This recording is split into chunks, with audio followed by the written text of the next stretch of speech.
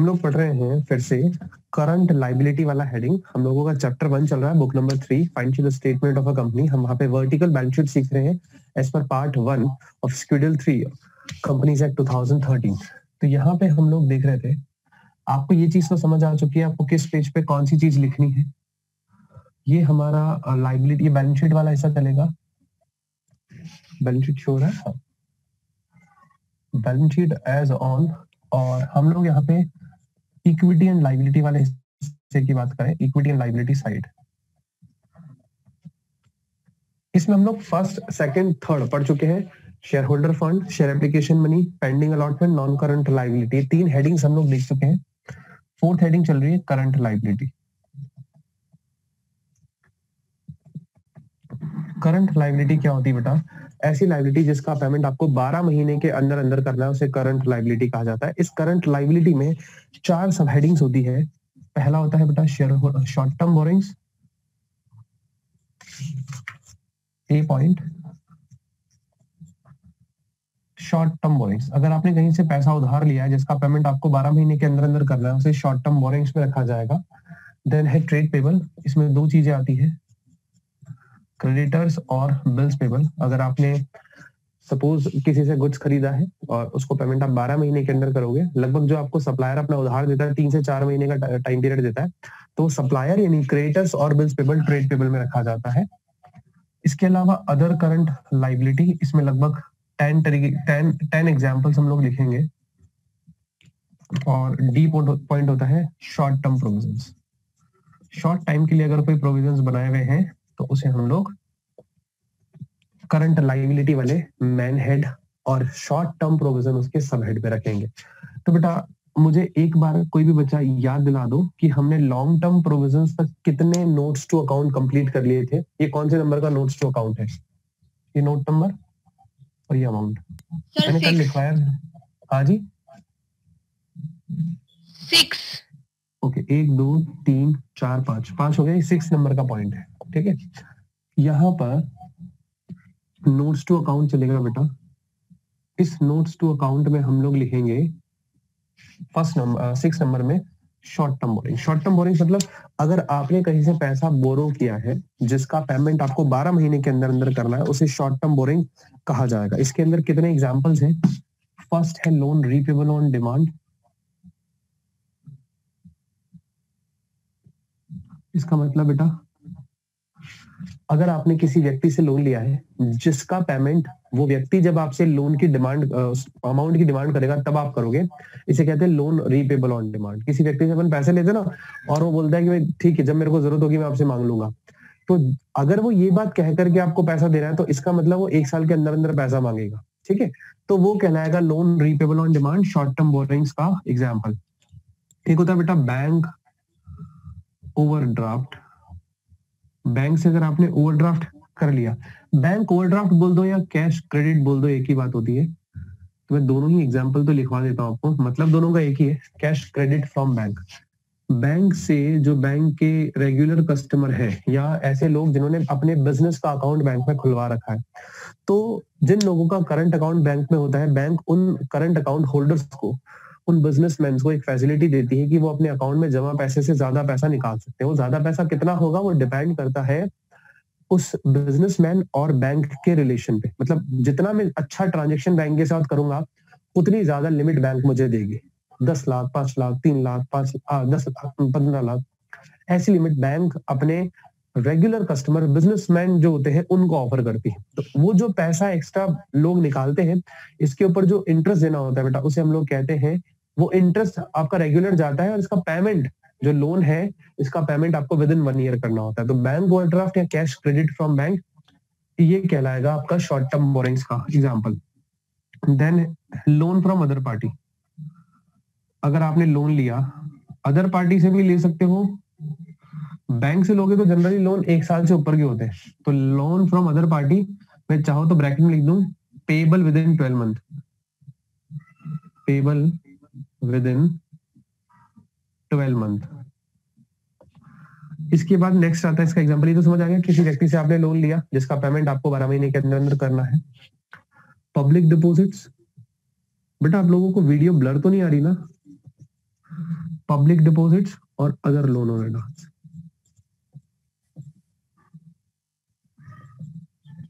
बेटा public deposit का मतलब क्या होता है? समटाइम्स कंपनीज पब्लिक से डिपॉजिट्स एक्सेप्ट करती है। तो जैसे आप अपना पैसा बैंक में जमा कराते हो, बैंक आपको ब्याज देता है, ऐसे कंपनीज के पास जब आप अपना पैसा जमा करवाते हो तो कंपनी भी आपको उसके बदले में इंटरेस्ट देती है। तो पब्लिक डिपॉजिट्स कंपनी के लिए शॉर्ट टर्म बोरोइंग्स का पार्ट होता है, बिकॉज इसका पेमेंट 12 महीने के अंदर करना है। अच्छा, ये डिपेंड करता है, अगर कोई आपने पैसा डिपॉजिट किया है किसी कंपनी के पास और वो पैसा पेबल है after a period of 2 year, 3 year, 4 year, तो बेटा वो कहलाएगा लॉन्ग टर्म बोरिंग्स। क्योंकि कंपनी के लिए लॉन्ग टर्म बोरिंग्स कहलाएगा, क्योंकि कंपनी को उसका पैसा 12 महीने के बाद चुकाना है। 12 महीने के अंदर अंदर चुकाना है तो करंट लाइबिलिटी में शॉर्ट टर्म बोरिंग्स का हिस्सा हो जाएगा।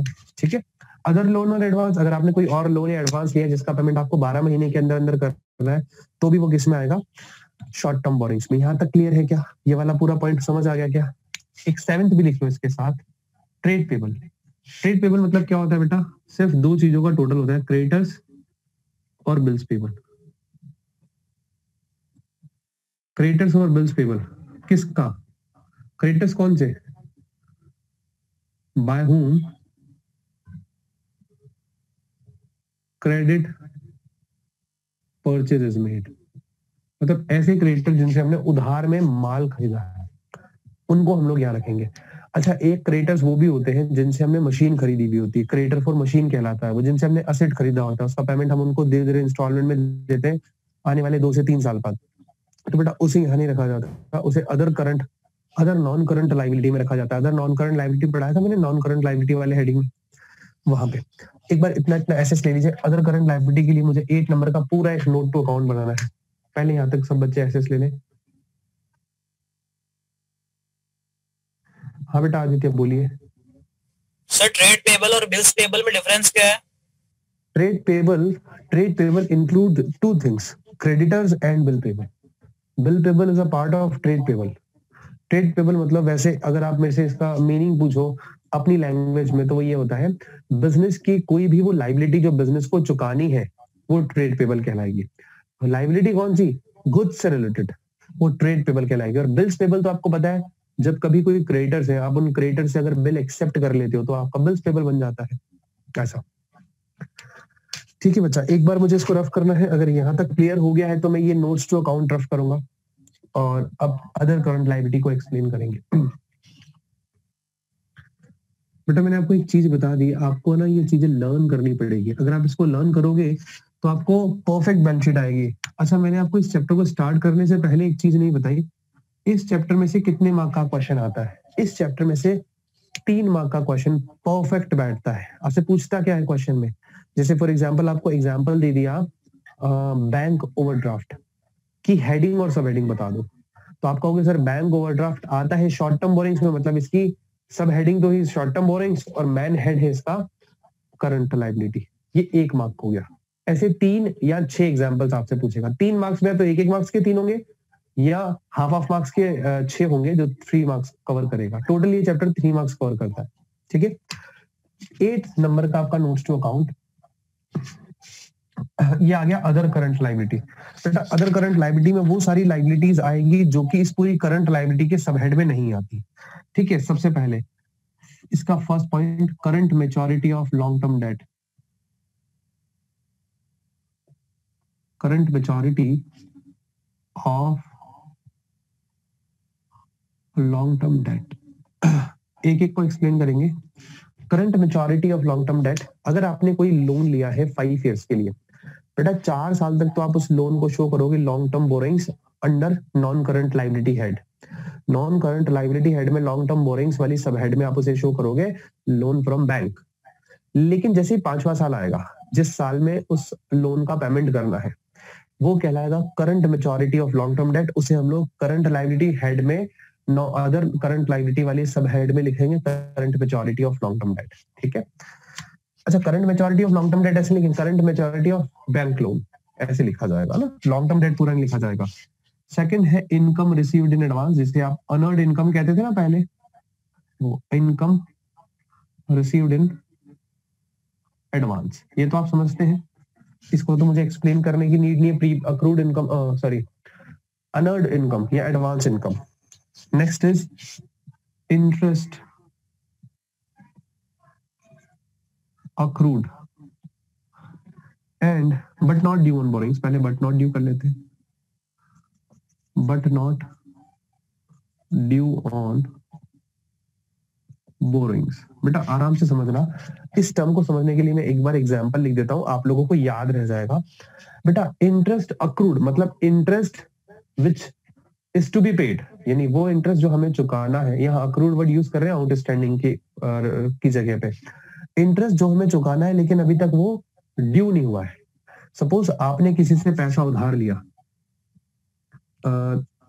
1 जुलाई को लिया, 1 जुलाई 2019 को लोन लिया, ठीक है। रेट ऑफ इंटरेस्ट है 12% पर एनम। अब इसका पेमेंट कब करोगे? सालाना इंटरेस्ट पे करना है, ठीक है। हमेशा याद रखना, विदाउट इन्फॉर्मेशन आपको जो इंटरेस्ट पे करना होता है वो 1 ईयर का करना होता है। तो बेटा 30 जुलाई से लेके 30 जून 2020 आएगा, उस दिन आपका इंटरेस्ट ड्यू होगा और आपको चुकाना पड़ेगा। ये इंटरेस्ट ड्यू कब होगा? इंटरेस्ट ड्यू बोल दो या अक्रूड बोल दो, बात एक ही है। ये होगा कब? 30 जून को। लेकिन जब मैं 31 मार्च को 2020 को अपने अकाउंट्स क्लोज करूंगा, अकाउंट्स तो क्लोज करने पड़ेंगे ना, तो जिस दिन ये अकाउंट्स क्लोज होंगे ना, उस दिन इंटरेस्ट ड्यू तो हुआ है 9 मंथ का, बट अभी तक इंटरेस्ट अक्रूड हुआ है लेकिन ड्यू नहीं हुआ। Interest accrued but not due on borings. अब समझो इसका एग्जैक्टली ये ड्यू कब होगा। यहाँ पे मैं इंटरेस्ट ड्यू बोल देता हूँ, उसको अक्रूड वर्ड नहीं बोलता हूँ, नहीं तो आप कंफ्यूज हो जाएंगे। एग्जैक्टली इंटरेस्ट ड्यू कब होगा? 30 जून को। अच्छा अभी 31 मार्च आ रही है, क्या हमें इंटरेस्ट पे करना है? पे नहीं करना, बट हाँ वो इंटरेस्ट अक्रूड तो है ना, मतलब इंटरेस्ट 9 महीने का बन चुका है। कितने महीने का? 9 मंथ का। कहां से? 1 जुलाई 2019 से 31 मार्च 2020 तक 9 महीने का इंटरेस्ट अक्रूड है लेकिन अभी तक ड्यू नहीं हुआ। इसे आप अपने पास एज आउटस्टैंडिंग इंटरेस्ट शो करोगे बैलेंस शीट में, लायबिलिटी साइड में, तो ये लायबिलिटी साइड है, करंट लायबिलिटी में शो करेंगे। क्लियर? इसने एग्जांपल से मैं आपको क्लियर कर रहा हूं। अच्छा 4th पॉइंट, इंटरेस्ट। मुझे लगा बच्चों को यही वाली चीज में दिक्कत आई होगी। Interest accrued and due on borings.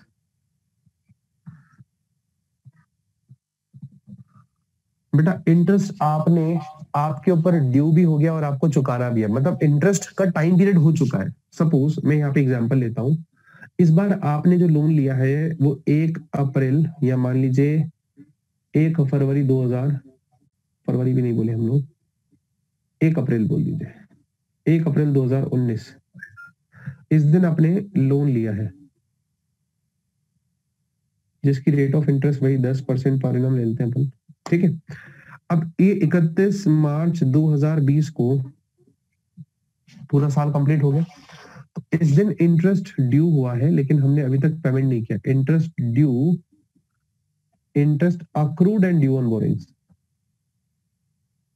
Accrued and due on borrowings, यानी इसको समझो आप, बट नॉट पेड, अभी तक चुकाया नहीं गया। ये इंटरेस्ट चुकाना था इस तारीख को लेकिन चुकाया नहीं गया। समझ गए क्या मेरी बात? शो रहा है आपको? छोटा छोटा दिख रहा है क्या? बड़ा बड़ा लिखोगे, एक बार देख लो, पैसे ले लीजिए बच्चा सब। शायद एग्जाम्पल से आपको ये चीजें क्लियर हो। इसमें पूरे साल भर का इंटरेस्ट ड्यू होता है और आपको चुकाना भी था, डेट भी आ गई बट आपने चुकाया नहीं, ठीक है। तो भी आउटस्टैंडिंग, हम दोनों इन दोनों इंटरेस्ट को आउटस्टैंडिंग इंटरेस्ट की कैलकुलेशन, आउटस्टैंडिंग इंटरेस्ट शो करते हैं बैलेंस शीट में लायबिलिटी साइड में। ये अदर करंट लायबिलिटी में 2 अलग अलग हम लोगों ने इनके एग्जांपल्स ले लिए। बच्चों एक बार एसेस ले, हाँ बच्चे बोलो। स्क्रीनशॉट लेना है। हाँ आराम से लो ना, मैं इसको हटाना है फिर मुझे। ले लिया, ले लिया सब बच्चों ने? चले आगे, चलिए जी, इसको मुझे हटाना पड़ेगा बच्चा।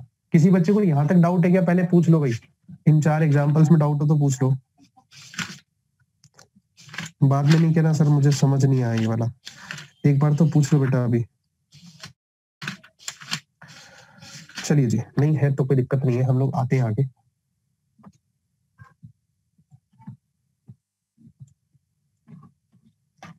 आगे अभी कंटिन्यूस इसके एग्जांपल्स हैं।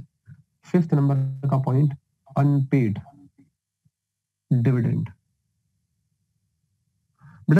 अनपेड डिविडेंड, जो कंपनी है उसको जो प्रॉफिट होता है, कंपनी अपने प्रॉफिट को अपने शेयर होल्डर्स में बांटती है, उसे हम लोग क्या कहते हैं, डिविडेंड। अब डिविडेंड मान लीजिए कोई शेयर होल्डर क्लेम करने नहीं आया, कंपनी के पास मान लीजिए उस पर्सन की सारी बैंक अकाउंट की डिटेल्स नहीं थी, तो वो डिविडेंड अभी अनपेड रह गया। अनपेड मतलब कंपनी ने तो अपनी तरफ से डिक्लेयर कर दिया, बट सामने वाले जो शेयर होल्डर है उसकी डिटेल्स नहीं होने की वजह से, या उसने उस जो डिविडेंड है उसको क्लेम नहीं किया, तो वो डिविडेंड अभी अनपेड है, नहीं चुकाया है। तो अनपेड डिविडेंड एक तरीके से कंपनी के लिए करंट लायबिलिटी होती है। तो करंट लायबिलिटी में अदर करंट लायबिलिटी वाले हेडिंग में से हम लोग शो करेंगे। और भी कई तरीके का डिविडेंड होता है, प्रपोज डिविडेंड भी होता है ना, डिविडेंड पेड भी होता है, इंटरिम डिविडेंड भी होता है। ये 3 टर्म्स मैंने जो आज बोली है, जब मैं आपको कैश फ्लो पढ़ाऊंगा तब जरूर समझाऊंगा, ठीक है। Next is 6 point, excess application money, excess application money which is due for refund and interest accrued thereon। ये बात मैंने आपको एक्सप्लेन की थी ना बेटा, इन 2 चीजों में कंफ्यूज मत हो जाना। ये वो एक्सेस एप्लीकेशन मनी है जिसको हमने अब पैसा लौटाना है। Excess application money which is due for refund, मतलब जैसे अभी मुझे पैसा लौटाना है, वो पैसा जो अभी तक मैंने लौटाया नहीं है, एप्लीकेशंस आ चुकी है, इनकी एप्लीकेशंस को रिजेक्ट कर चुका हूं, अब मुझे पैसा इनका चुकाना है, और इस पे जो भी इंटरेस्ट बनता है, जितना लेट में पैसा चुकाऊंगा उतना इंटरेस्ट मेरी कंपनी को मुझे दे, मतलब कंपनी देगी अपने शेयर होल्डर को या एप्लीकेंट को। तो वो कहलाएगा तब तक जब तक आपने उस पैसे को अपने जो एप्लीकेंट है उनको पे नहीं किया, तब तक उसे आप अदर करंट लायबिलिटी में शो करेंगे, ठीक है। 7 पॉइंट कहता है अनपेड मैच्योर्ड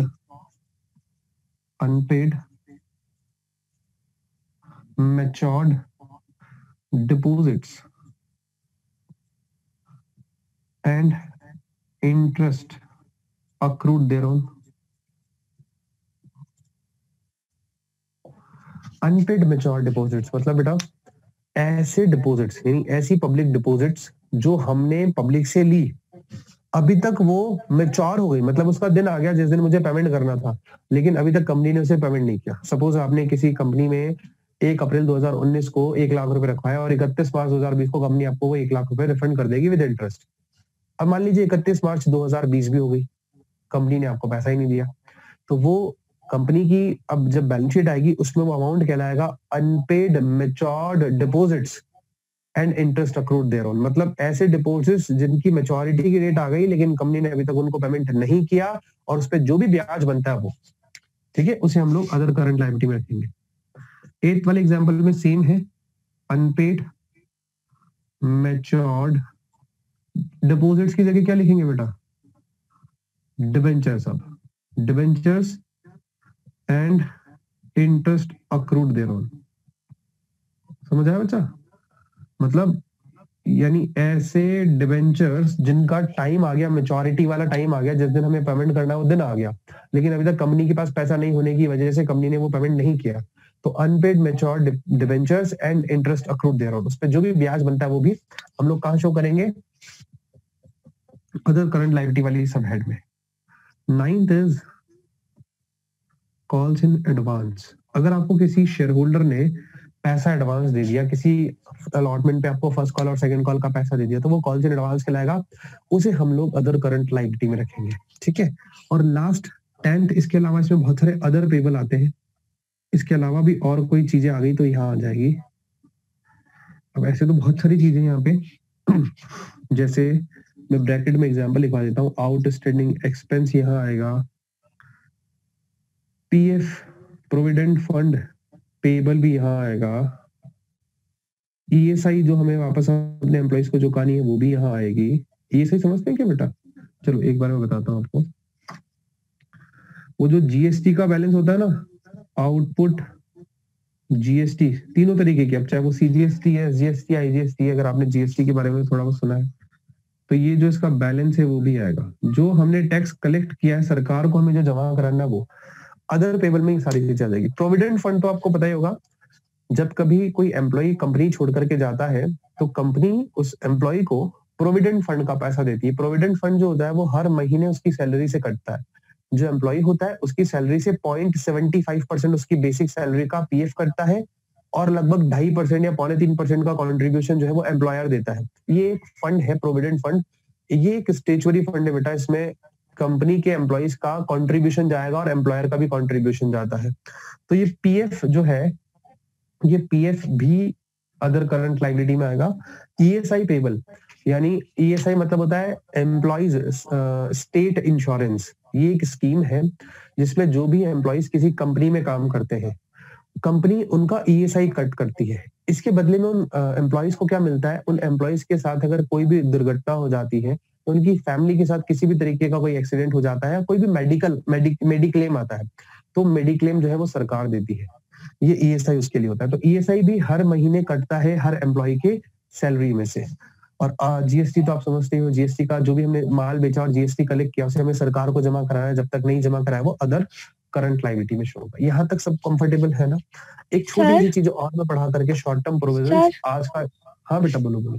सर ये ईएसआई भी स्टैट्यूटरी होता है क्या? यस बेटा, स्टैट्यूटरी होता है। This is compulsory deduction. ऐसा कंपनीज एक्ट में लिखा है कि जो भी कंपनी होगी ना जहाँ पे 20 या 20 से ज्यादा एम्प्लॉयज काम कर रहे हैं वहां पे ईएसआई लगेगा, है ना? ये पूरा प्रोविजन है, ईएसआई एक पूरा एक्ट है, इसको पढ़ना आप। ये स्टैट्यूटरी, ये कंप्लीट, ये सिर्फ कंपनीज के लिए एप्लीकेबल होता है जहां पे 20 या 20 से ज्यादा लोग काम कर रहे हैं। समझ गए? लास्ट पॉइंट है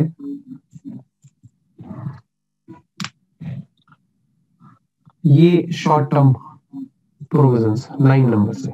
9 नंबर का नोट टू अकाउंट हम लोग बनाएंगे। शॉर्ट टर्म प्रोविजंस मतलब होता है छोटे टाइम के लिए जो प्रोविजंस बनाए गए जिनका यूज 1 ईयर के अंदर अंदर हो जाएगा उसे हम लोग शॉर्ट टर्म प्रोविजंस कहते हैं। ठीक है बच्चा? शॉर्ट टर्म प्रोविजंस में आप देखिएगा, एक है provision for employees benefit, provision for employees benefit. Employee के बेनिफिट के लिए जो प्रोविजन बना रखे हैं, यानी इसमें क्या आता है, जनरली एम्प्लॉयज के लिए कंपनीज पार्टीज वगैरह ऑर्गेनाइज करती है, तो एम्प्लॉयज के लिए जो पैसा कंपनी ने लग रखा है। प्रोविजन फॉर एक्सपेंसेस, कोई मोटा खर्चा मान लीजिए एक साल में होने वाला है तो उसके लिए अलग से कंपनी ने प्रोविजन बना रखा हो।